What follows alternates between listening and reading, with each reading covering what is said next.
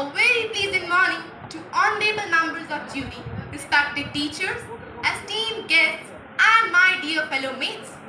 Today, I stand before you to shed light on a profound truth: we live in deeds, not in years. This age-old adage encapsulates the essence of human existence, emphasizing the significance of our actions over the mere passage of time. My dear friends, firstly, let us delve into the essence of the statement, often attributed to Philip James Bailey. This quote underscores the importance of the impact we make during our times on earth. As we navigate the journey of life, let us remember that our times on this planet is finite.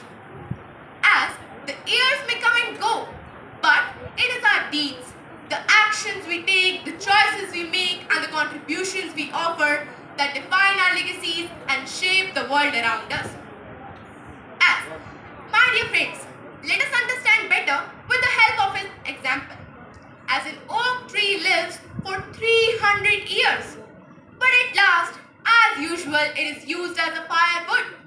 Whereas, a lily lives for just one day and it scatters sweet fragrance everywhere. A lily is far sweeter than a log of wood. Let us consider the lives of great individuals who have left an indelible mark on the history. From the visionary leadership of Mahatma Gandhi to the scientific brilliance of Marie Curie. Their legacies endure not because of the number of years they lived, but because of the profound impact of their deeds. Yes, my dear friends, yes. As Gandhi's commitment to non-violence and Curie's groundbreaking research in radioactivity continue to inspire and influence generations long after they have passed. Moreover, let us reflect on the power of small acts of kindness and compassion in our daily lives. Whether it is leading a helping hand to a friend in need, volunteering in our communities, or simply offering a word of encouragement. These deeds have the potential to repel outward, creating a positive change on a global scale and leaving a lasting impression.